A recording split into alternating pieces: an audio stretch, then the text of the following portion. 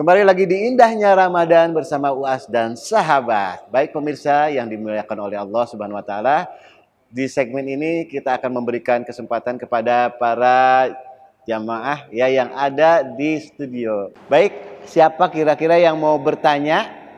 Ya. Saya pilih dari yang muda sama yang sudah nggak enak ngomongnya udah tua, yang udah dewasa ya gitu.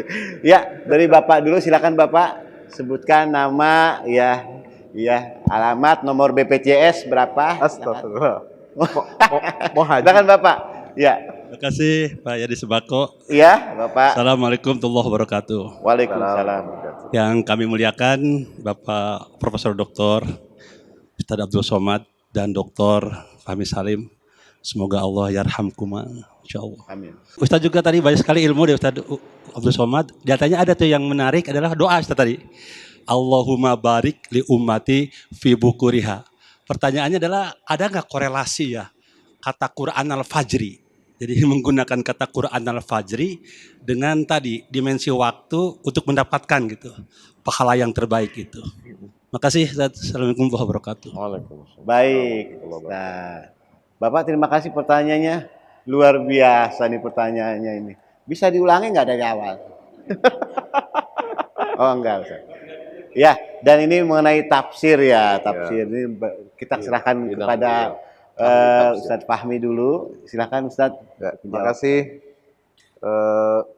Jadi ketika Allah Ta'ala berfirman seperti itu, wa Qur'an al-Fajri, inna Qur'an al-Fajri kana masyhuda, itu menekankan ada bacaan Qur'annya. Jadi dimensi waktu terbaik itu adalah subuh, waktu fajar, dan amal yang terbaik adalah membaca Al-Quran.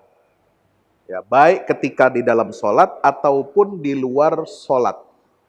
Nah, di waktu fajar, menjelang fajar, seperti waktu sahur, seperti kita sekarang ini, kemudian sebelum sholat subuh, kemudian setelah azan, menunggu iqamah, kita baca Al-Quran. Setelah kita berzikir, setelah salam sholat subuh, berzikirnya juga membaca Al-Quran. Apalagi bulan Ramadan ini adalah bulannya Al-Quranul Karim. Maka itulah mengapa di ayat itu disebutkan wa Qur'an al-Fajri. Jadi bertemu dimensi waktu yang terbaik dengan aspek amaliyah terbaik yang bisa kita lakukan di waktu yang terbaik, yang waktu yang penuh keberkahan dari Allah Subhanahu wa taala itu. Wallahu a'lam bishawab. Jadi ada korelasinya ya Pak ya. Ya, amalan-amalannya sama bacaan-bacaannya. Nah, kita mau dengar jauh tambahan ya Pak ya dari UAS ya. Baik Ustaz. Dia kalau sudah lengkap 9, dia tidak bisa ditambah lagi Bang Yadi. Kalau 9 bahan pokok. Bisa tambah 1 lagi jadi 10. Tapi saya bilang saya tinggal minyak doang Ustaz. Jadi zohirnya dapat, batinnya dapat. Alhamdulillah. Kan dikatakan wa idza quri'al Qur'an, kalau Quran dibacakan fastami'u lahu, dengar baik-baik, wa ansitu, diam, la'allakum turhamun, turun rahmat Allah. Waktu yang baik adalah waktu awal lagi segar-segarnya, diturunkan rahmat Allah. Rahmat dalam bentuk kesehatan, rahmat dalam bentuk rezeki, rahmat dalam bentuk macam-macam. Makanya ketika doa Quran di awalnya itu diminta Allahummarhamna bil Quran, turunkan rahmatmu karena kemuliaan Al-Quran. Orang yang meninggal dunia yang kita mintakan itu rahmat. Allahumma firlahu warhamhu, maka disebut dia almarhum karena sudah dirahmati Allah. Kenapa minta rahmat? Karena kata Nabi, la yudkhilal jannata ahadakum amaluhu, tidak ada satupun di antara kamu yang masuk surga karena amalnya. Wala anta ya Rasulullah, saya pun enggak masuk surga karena amal saya.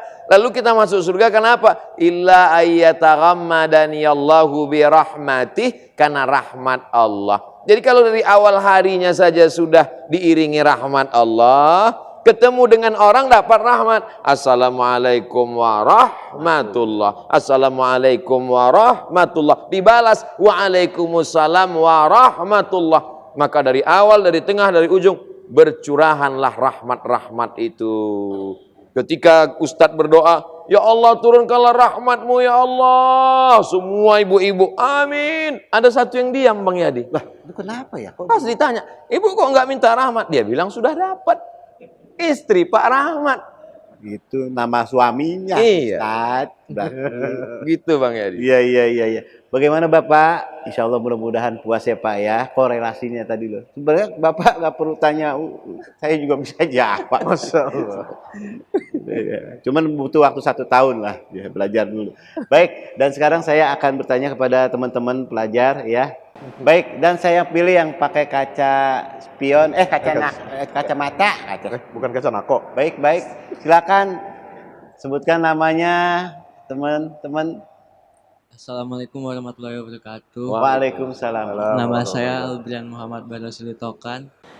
Ustadz, saya ingin bertanya, kenapa doa kunut hanya ada pada waktu sholat subuh? Nah, langsung aja ya kepada UAS ya yang jawab ya. Mau nggak? Apa saya yang jawab? Angkat dulu dah. Dia yang lebih kompeten ya. Baik, silakan UAS untuk menjawab pertanyaan dari adik Izin kita. Ustaz. Ada namanya kunut witir. Ya. Kunut witir ini 3 mazhab. Mazhab yang pertama, kunut witir dari malam pertama Ramadan sampai akhir Ramadan, enggak ada kunut witir. Ini mazhab yang pertama. Mazhab yang kedua, dari awal Ramadan sampai akhir Ramadan ada kunut witir. Mazhab yang ketiga, hanya dari pertengahan sampai akhir. Itu yang dilaksanakan di sebagian besar masjid, yang kalau di Sumatera kami menyebutnya masjid kaum tua. Persatuan Tarbiyah Islamiyah, Nahdlatul Ulama, Al-Wasliyah. Adapun saudara kami dari kalangan Muhammadiyah, ada yang pakai, ada yang tidak. Ini termasuk dalam khilafiyah. Nah, jadi pertama namanya kunut witir. Lalu kemudian yang kedua adalah kunut nazilah. Kunut nazilah ini kunut ketika terjadi musibah. Ketika dikirim para da'i, kemudian da'i itu dibunuh. Maka Nabi mengajak sahabat berdoa untuk mendoakan karena terjadi musibah besar. Allahumma la'an Bani Ra'il, Allahumma la'an Zakwan, Allahumma la'an Usayyah. 1 bulan dia berdoa kunut. Dan kunut itulah kunut nazilah. Kita pun juga diminta berdoa ketika Palestina sedang diguncang Israel. Allahumma ansur man nasaraddin, Allahumma ansur ikhwanana al-mujahidin al-mazlumina fi Palestin wa fi Rohingya. Nah, ini namanya kunut nazilah. Kunut nazilah tidak hanya pada waktu subuh, kunut nazilah 5 waktu, bahkan di hari Jumat. Kebetulan Abdul Somad pulang dari Maroko singgah ke Brunei Darussalam, sholat Jumat. Di sholat Jumatnya diumumkan nanti sholat Jumat kita akan baca kunut nazilah. Lalu kemudian yang ketiga ada namanya kunut subuh. Kunut subuh ini mazhab yang paling tua Imam Hanafi meninggal tahun 150 Hijrah. Mazhab kedua Imam Maliki meninggal tahun 179 Hijrah. Mazhab ketiga Imam Syafi'i meninggal tahun 204 Hijrah. Mazhab keempat Imam Ahmad bin Hanbal Hambali meninggal tahun 241 Hijrah. Mazhab yang paling tua Hanafi, yang paling kecil Hambali tidak berkunut subuhnya. Sedangkan mazhab Maliki dengan Syafi'i berkunut. Tapi beda lagi antara kunut Syafi'i dengan Maliki. Maliki kunutnya setelah habis baca ayat sebelum ruku'. Qul a'udzu birabbin nasi malikin nasi ilahin nasi min syarril waswasil khannas alladzi yuwaswisu fi sudurin nasi minal jinnati wan nas. Baca kunut enggak bersuara. Setelah itu barulah ruku. Allahu Akbar. Sedangkan mazhab Syafi'i kunutnya setelah ruku. Tidak. Samiallahu liman hamidah.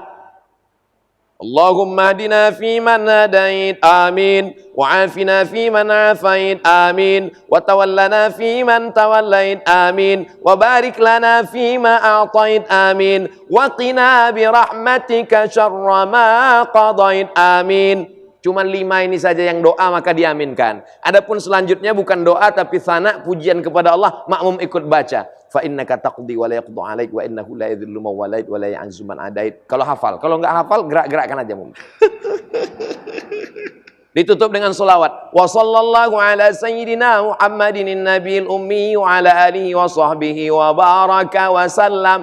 Allahu Akbar. Ustadz Somad kalau sholat subuh pakai kunut atau tidak? Tergantung imamnya. Kalau Ustadz jadi imam, kalau saya jadi imam, saya baca doa kunut. 2 tahun saya jadwal ceramah di Masjid Muhammadiyah. Tidak pernah sekalipun mau saya jadi imam. Saya biarkan imamnya karena saya tidak ingin merusak persaudaraan ukhuwah Islamiyah. Karena saya tahu bahwa di situ mayoritasnya tidak berkunut. Idza qanatal imamu faqanata. Kalau imamnya baca kunut, maka makmum ikut angkat tangan, amin kan. Begitu kata Imam Ahmad bin Hanbal. Tapi kalau imamnya tidak berkunut, maka tidak usah buat kunut sendirian di belakang. Alhamdulillahirabbil alamin. Bagaimana, Adek? Sudah tahu ya? Masya Allah. Mudah-mudahan jadi pencerahan buat kita semuanya dalam belajar di sini ya, Adek ya. Dan terima kasih banyak Ustadz Fahmi Salim dan juga Ustadz Uas yang insya Allah mudah-mudahan apa yang disampaikan bisa memberikan bekal untuk kita masa kini, masa yang akan datang, dan bekal kita di akhirat nanti. Baik, dan kita akan tutup acara indahnya Ramadan bersama Uas dan sahabat ini dengan doa yang akan dipimpin oleh Ustadz Abu Somad. Fadol, Ustadz. Astaghfirullahalazim, astaghfirullahalazim, astaghfirullahalazim alladzi la ilaha illa huwal hayyul qayyum wa atubu ilaih. A'udzu billahi minasyaitonir rajim. Bismillahirrahmanirrahim. Alhamdulillahi rabbil alamin. Wassalatu wassalamu ala asyrafil anbiya'i wal mursalin wa ala alihi wa sahbihi ajma'in. Allahumma barik lana fi bukurina. Berikan berkah kepada kami di waktu awal hari, waktu subuh, waktu yang penuh dengan barakah ini ya Allah. Allahumma rzuqna rizqan halalan tayyiban mubarakan fih. Di awal pagi hari berikanlah kami rezeki yang barakah supaya kami dapat berwakaf, berinfak dan bersedekah. Allahumma ja'alna minal mustaqimina fi sabilik. Jadikan kami orang-orang yang istiqamah dalam menjalankan agamamu di jalan yang benar ini ya Allah. Allahumma innaka afuwun tuhibbul afwa fa'fu anna ya karim. Rabbana atina fid dunya hasanah wa fil akhirati hasanatan wa qina adzaban nar. Wa sallallahu ala sayyidina Muhammad wa ala alihi wa sahbihi wa sallam walhamdulillahi rabbil alamin. Alhamdulillahirabbil alamin. Bapak Ibu pemirsa yang dimuliakan oleh Allah Subhanahu wa taala, demikian indahnya Ramadan bersama Uas dan sahabat. Insyaallah besok pagi kita akan tetap menemani sahur Anda ya bersama Uas dan sahabat juga tentunya. Sampai ketemu besok. Wabillahi taufiq wal hidayah. Wassalamualaikum warahmatullahi wabarakatuh. Waalaikumsalam warahmatullahi wabarakatuh.